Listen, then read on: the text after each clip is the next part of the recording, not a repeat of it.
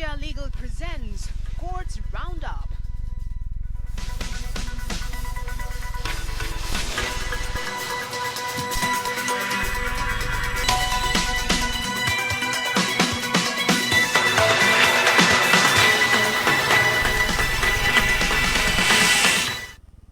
नमस्कार, आप देख रहे हैं हमारी खास पेशकश कोर्ट्स राउंडअप। मैं हूं आपके साथ रेशु त्यागी।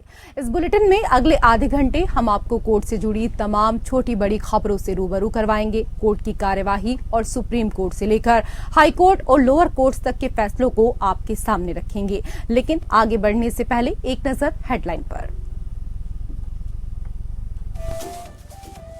मानहानि केस में गुजरात हाई कोर्ट ने राहुल गांधी को नहीं दी राहत, सजा निलंबित करने की रिव्यू याचिका की रद्द, 2 साल की सजा रहेगी बरकरार। कहा, पहले से 10 आपराधिक मामले, कोई अन्याय नहीं हो रहा है। पश्चिम बंगाल स्कूल शिक्षक भर्ती घोटाला मामले में सुप्रीम कोर्ट ने कलकत्ता हाई कोर्ट का 32,000 शिक्षकों की नई भर्ती का आदेश किया रद्द। हाई कोर्ट को अपील पर जल्द फैसला करने का दिया निर्देश।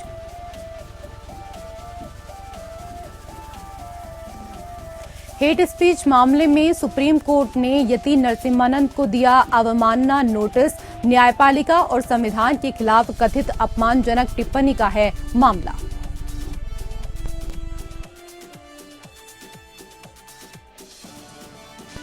India Legal presents Courts Roundup.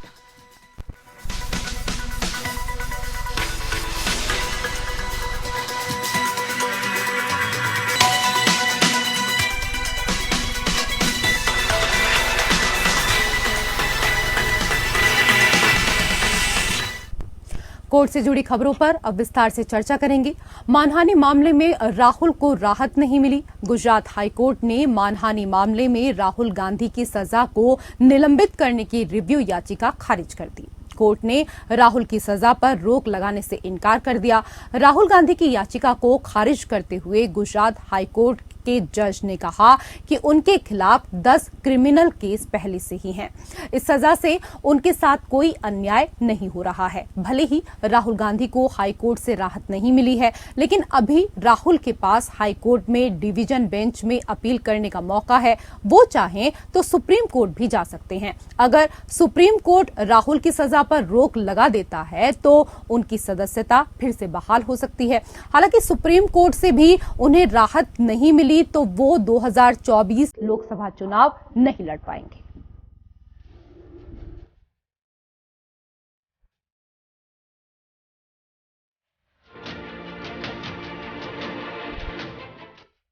Gujarat high court ने कांग्रेस नेता राहुल गांधी को उनकी टिप्पणी सभी चोरों का उपनाम मोदी है के लिए आपराधिक मानहानि मामले में मजिस्ट्रेट अदालत द्वारा सुनाई गई 2 साल की जेल की सजा पर रोक लगाने से इनकार कर दिया। गुजरात हाईकोर्ट ने राहुल गांधी की 2 साल की सजा बरकरार रखी है। न्यायमूर्ति हेमंत प्रच्छक ने राहुल गांधी की सजा पर रोक की मांग वाली याचिका खारिज की है। एकल न्यायाधीश न्यायमूर्ति हेमंत प्रच्छक ने कहा कि यदि दोष सिद्धि पर रोक नहीं लगाई गई तो राहुल गांधी के साथ कोई अन्याय नहीं होगा।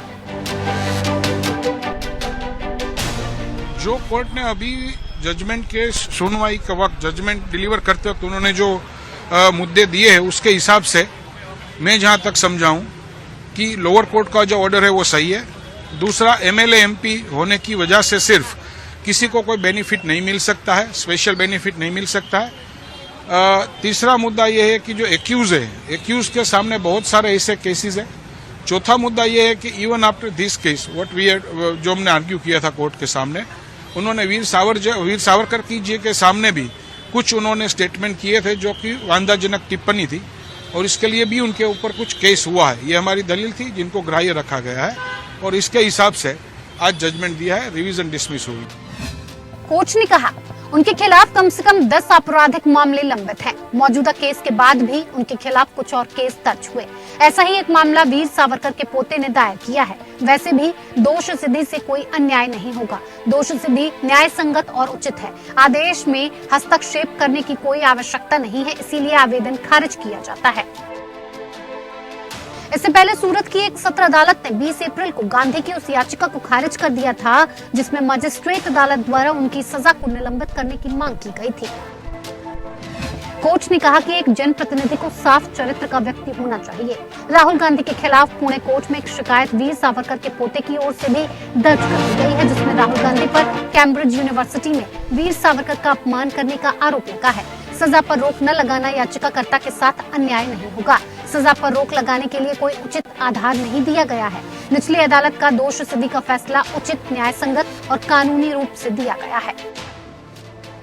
इससे पहले एक विस्तृत आदेश में सत्र अदालत ने माना था कि गांधी की अयोग्यता उनके लिए अपूरणीय या अपरिवर्तनीय क्षति नहीं होगी और उन्हें अंतरिम राहत देने से इनकार कर दिया। लोकसभा चुनाव 2019 से पहले 13 अप्रैल को कांग्रेस नेता राहुल गांधी ने मोदी सरनेम पर बयान दिया था। गुजरात में बीजेपी विधायक पूर्णेश मोदी की ओर से दायर 2019 के मामले में सूरत की मेट्रोपॉलिटन मजिस्ट्रेट अदालत ने 23 मार्च को राहुल गांधी को भारतीय दंड संहिता आईपीसी की धाराओं 499 और 500 आपराधिक मानहानि के तहत दोषी ठहराते हुए 2 साल जेल की सजा सुनाई थी और इसके बाद 24 मार्च को राहुल गांधी की सदस्यता रद्द हो गई। 25 मार्च को राहुल गांधी ने माफी मांगने से इनकार कर दिया। 27 मार्च को सरकारी बंगला छोड़ने का नोटिस मिला। 22 अप्रैल को राहुल गांधी ने बंगला खाली कर दिया। सूरत सेशंस कोर्ट के फैसले के खिलाफ राहुल गांधी ने गुजरात हाई कोर्ट में याचिका दाखिल की, मगर राहत नहीं मिली और इसके बाद हाई कोर्ट से अपने फैसले पर पुनर्विचार करने की अपील की गई। Bureau report, APN news.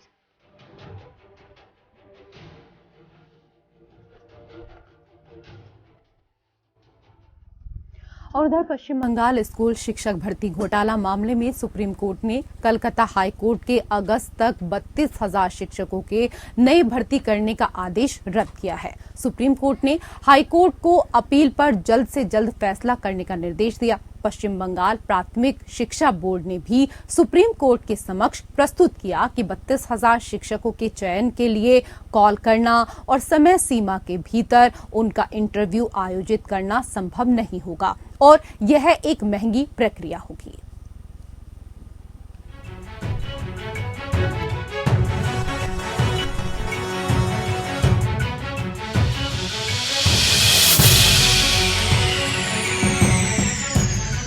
Supreme court ने कलकत्ता हाई कोर्ट का वो अंतरिम आदेश रद्द कर दिया जिसमें पश्चिम बंगाल प्राथमिक शिक्षा बोर्ड को अगस्त 2023 के अंत से पहले 32,000 शिक्षक पदों के लिए नए सिरे से चयन करने का निर्देश दिया गया था। Justice JK. माहेश्वरी और जस्टिस के.वी. विश्वनाथन की खंडपीठ ने कलकत्ता हाई कोर्ट से स्कूल नौकरी के लिए कैश घोटाले से संबंधित अपील पर जल्द से जल्द फैसला करने को भी कहा। सुप्रीम कोर्ट के समक्ष याचिका कलकत्ता हाई कोर्ट की खंडपीठ के आदेश के खिलाफ दायर की गई थी, जिसमें 32,000 शिक्षकों की बर्खास्तगी पर रोक लगा दी गई थी और 3 महीने के भीतर नए सिरे से चयन करने का आदेश दिया गया था। याचिकाकर्ताओं ने अपील की थी। खंडपीठ ने समाप्ति पर रोक लगाकर अंतरिम राहत दी क्योंकि प्रभावित व्यक्ति कार्यवाही में पक्षकार नहीं है, फिर भी नए सिरे से चयन करने का निर्देश उचित नहीं है। पश्चिम बंगाल प्राथमिक शिक्षा बोर्ड ने भी सुप्रीम कोर्ट के समक्ष प्रस्तुत किया कि 32,000 शिक्षकों के चयन के लिए कॉल करना और समय सीमा के भीतर उनका इंटरव्यू आयोजित करना संभव नहीं होगा और ये एक महंगी प्रक्रिया होगी। सुप्रीम कोर्ट याचिकाकर्ताओं की इस दलील से सहमत था कि एकल न्यायाधीश द्वारा पारित आदेश प्रतिनिधि क्षमता में भी याचिकाकर्ताओं को सुने बिना था। सुप्रीम कोर्ट ने ये भी कहा कि चूंकि खंडपीठ ने इस विवाद में योग्यता पाई और शिक्षकों की बर्खास्तगी पर रोक लगा दी, इसीलिए नए सिरे से चयन करने का निर्देश उचित नहीं है। कलकत्ता हाई कोर्ट की एकल पीठ ने 2016 में पश्चिम बंगाल प्राथमिक शिक्षा बोर्ड द्वारा भर्ती किए गए 32,000 अप्रशिक्षित प्राथमिक विद्यालय के शिक्षकों की नियुक्ति रद्द कर दी थी। जस्टिस अभिजीत गंगोपाध्याय की एकल पीठ ने पश्चिम बंगाल प्राथमिक शिक्षा बोर्ड को केवल 2016 की भर्ती प्रक्रिया में भाग लेने वाले उम्मीदवारों के लिए 3 महीने में नई भर्ती प्रक्रिया की व्यवस्था करने का भी निर्देश दिया था। ये निर्देश दिया गया कि किसी भी नए या किसी अन्य उम्मीदवार को ऐसी भर्ती परीक्षा में भाग लेने की अनुमति नहीं दी जाएगी। जस्टिस सुब्रत तालुकदार और जस्टिस सुप्रतिम भट्टाचार्य की खंडपीठ ने इसके बाद पाया कि प्रभावित पक्षों को सुनवाई का अवसर दिए बिना नौकरियां समाप्त करने के लिए न्यायिक हस्तक्षेप की आवश्यकता है, इसीलिए बर्खास्तगी पर रोक लगा दी गई। हालांकि डिवीजन बेंच ने बोर्ड को अगस्त के अंत तक सिंगल बेंच के निर्देशानुसार नए सिरे से चयन करने का आदेश दिया। Bureau report.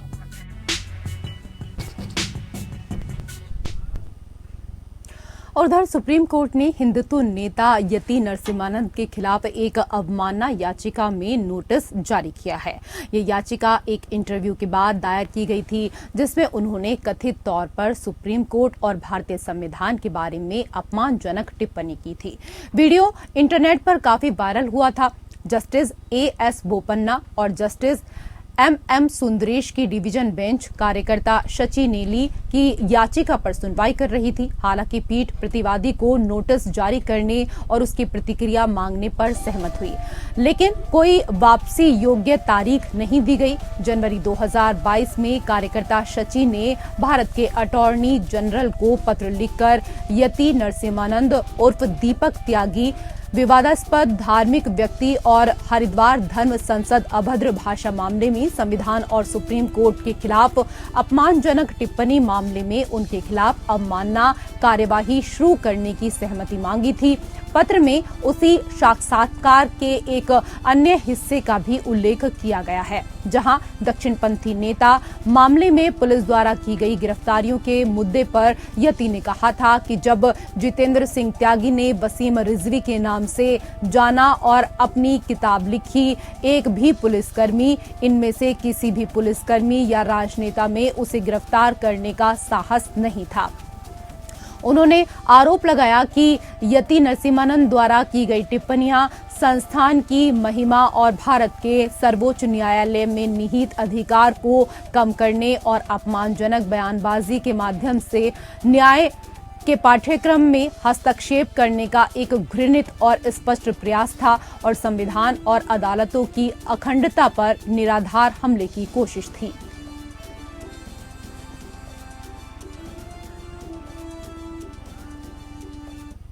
विवाहेतर संबंधों के मामले में सुनवाई के दौरान होटल के बिल और सीडीआर को सबूत के तौर पर निचली अदालत मंगवा सकती है या नहीं, इस मामले पर सुप्रीम कोर्ट सुनवाई करने के लिए तैयार हुआ है। जस्टिस कृष्ण मुरारी की अध्यक्षता वाली बेंच ने याचिका पर सुनवाई करते हुए नोटिस जारी कर 2 हफ्ते में जवाब दाखिल करने के लिए कहा है। मामले में याचिकाकर्ता पति ने निचली अदालत के उस आदेश को अपनी निजता के अधिकार के खिलाफ बताते सुप्रीम कोर्ट में अर्जी दाखिल की है। याचिका में यह सवाल उठाया गया है कि क्या हाई कोर्ट या निचली अदालत विवाहेतर संबंध के मामले में जोड़े में से किसी एक के किसी होटल में रुकने की बात को साबित करने के लिए रिकॉर्ड तलब कर सकता है। अब सुप्रीम कोर्ट इसका परीक्षण करेगा। दरअसल जयपुर के होटल से जुड़े एक मामले में सुप्रीम कोर्ट में एक पति की ओर से दाखिल की गई याचिका में निचली अदालत के उस आदेश को चुनौती दी है, जिसमें होटल के बिल और सीडीआर के रिकॉर्ड को सबूत के तौर पर मंगवाने का आदेश दिया था, जिसको लेकर सुप्रीम कोर्ट में याचिका दाखिल की गई है।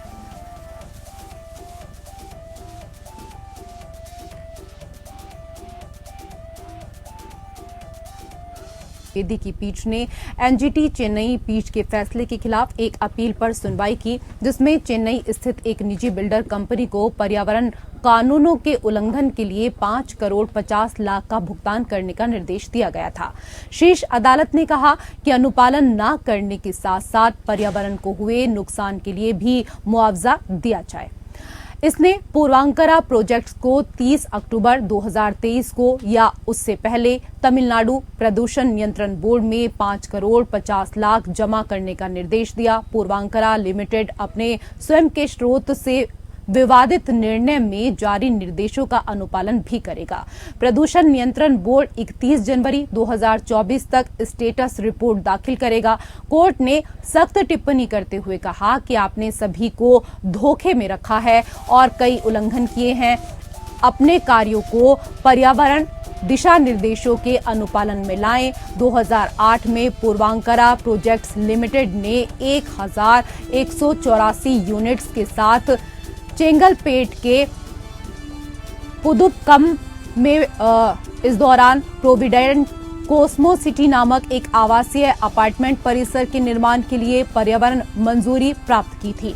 एनजीटी दक्षिणी क्षेत्र के समक्ष एक आवेदन दायर किया गया था, जहां यह आरोप लगाया गया था कि पूर्वांकरा लिमिटेड ने पर्यावरण कानूनों के लिए उल्लंघन किए हैं। हालांकि इस प्रोजेक्ट के संबंध में पर्यावरण मंजूरी को स्थगित रखने का निर्देश दिया गया था, फिर भी उन्होंने निर्माण कार्य आगे बढ़ाया और प्रोजेक्ट को पूरा किया। सीवेज उपचार संयंत्र होने के बावजूद बहुत अधिक प्रदूषण हो रहा था। इसके अलावा स्थान पर एसटीपी नहीं दिया गया था और यह साइटिंग मानदंडों के खिलाफ है। पूर्वांकर लिमिटेड 5 करोड़ 50 लाख का पर्यावरणीय मुआवजा देने के लिए उत्तरदायी माना गया। एक पुनर्विचार याचिका दायर की गई थी, जिसे एनजीटी द्वारा गठित संयुक्त समिति ने खारिज कर दिया था। अस्वीकृति के बाद आवेदक ने सुप्रीम कोर्ट का दरवाजा खटखटाया, जबकि पूर्वांकरा लिमिटेड ने एनजीटी के फैसले के खिलाफ अपील दायर की थी, जिसमें उन्हें जुर्माना भरने का निर्देश दिया गया था।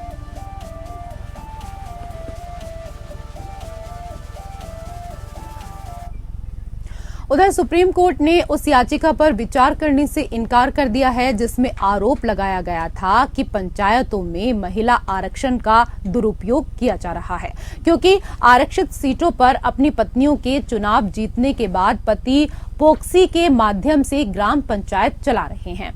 अनुच्छेद 243 उपधारा D/3 में महिलाओं के लिए पंचायत में कम से कम 1/3 सीटें आरक्षित करने की परिकल्पना की गई है।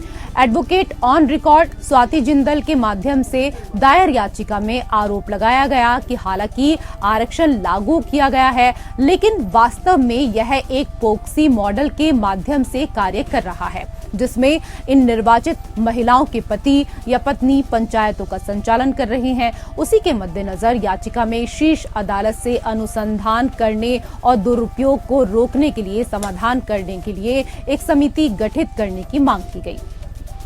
हालांकि याचिका में नोटिस जारी करने की इच्छा नहीं थी, लेकिन जस्टिस एसके कौल और जस्टिस सुधांशु धूलिया की खंडपीठ ने याचिकाकर्ता मुंडोना ग्रामीण विकास फाउंडेशन से संबंधित पंचायती राज मंत्रालय को प्रतिनिधित्व करने के लिए कहा, ताकि यह देखा जा सके कि क्या आगे के लिए आरक्षण के उद्देश्य के लिए एक बेहतर सिस्टम लागू किया जा सकता है।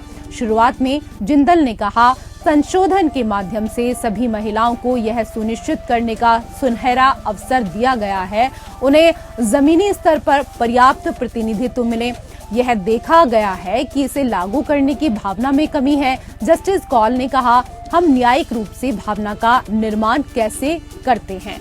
जिंदल ने जवाब दिया, हम एक समिति के गठन की मांग कर रहे हैं। जस्टिस कौल ने संकेत दिया कि उठाए गए मुद्दे की प्रकृति ऐसी है कि इसे न्यायिक शक्तियों का उपयोग करके हल नहीं किया जा सकता। हम कोई कार्यकारी प्राधिकारी नहीं हैं, हम केवल इसकी वैधता की जांच कर सकते हैं।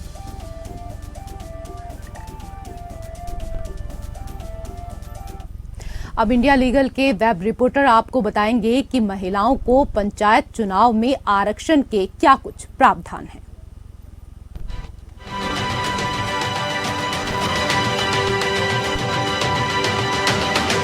सुप्रीम कोर्ट ने थर्सडे को एक प्ली सुनने से इनकार कर दिया था, जिसमें ये आरोप लगाया गया था कि पंचायतों में महिलाओं के रिजर्वेशन का मिसयूज किया जा रहा है। तो चलिए देखते हैं ये आरोप था क्या। तो आरोप ये था कि रिजर्व सीट्स पर महिलाओं के जीतने के बाद उन्हीं के हस्बैंड्स प्रॉक्सी का यूज करके ग्राम पंचायत चलाते हैं। प्रॉक्सी यानी किसी और की जगह लेना या किसी दूसरे की तरफ से कुछ काम करना। Article 243D clause 3 of the constitution ने महिलाओं के लिए पंचायतों में कम से कम 1/3 सीट्स रिजर्व करने की बात की गई है। पेटिशनर ने ये कहा कि ऑल्दो ये रिजर्वेशन लगा दिया गया है, लेकिन असलियत में ये एक प्रॉक्सी मॉडल की तरह फंक्शन कर रहा है। इन view of the same, petitioner ने कोर्ट से ये रिक्वेस्ट की कि वो एक रिसर्च कमेटी सेट करे और जल्द से जल्द इस मिसयूज को रोकने के लिए सॉल्यूशंस निकाले। As per the information available with the ministry, Assam, Bihar, Chhattisgarh और गुजरात जैसे कई सारे स्टेट्स ने अपने रिस्पेक्टिव पंचायती राज्य में लगभग 50% रिजर्वेशन महिलाओं के लिए लगाया हुआ है।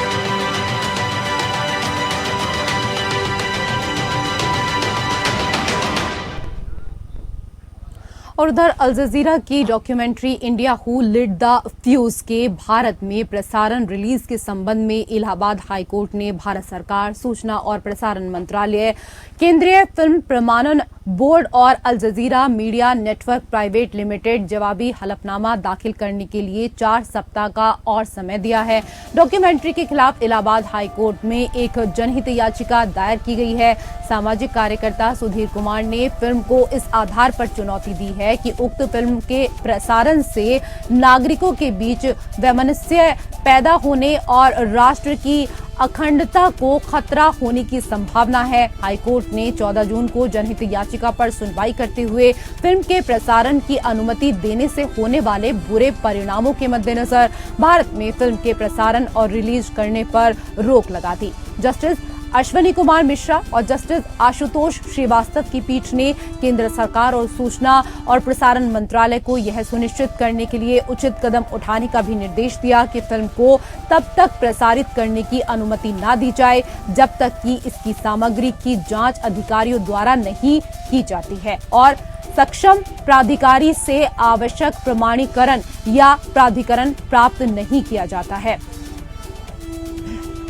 जनहित याचिका में आरोप लगाया गया कि फिल्म के रिलीज और प्रसारण से विभिन्न धार्मिक संप्रदायों के बीच नफरत पैदा होने की संभावना है और इससे भारतीय राज्य के धर्मनिरपेक्ष ताने बाने को नष्ट होने की संभावना है और इससे सामाजिक अशांति पैदा होने और सार्वजनिक व्यवस्था, शालीनता और नैतिकता को परेशान करने की संभावना है।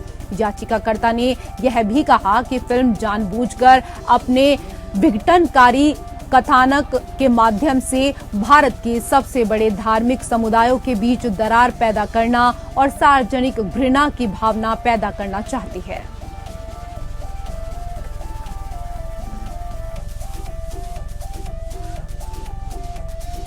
और इसी के साथ कोर्ट से जुड़ी हुई खबरों में मेरे साथ फिलहाल इतना ही। नमस्कार। India Legal presents Courts Roundup.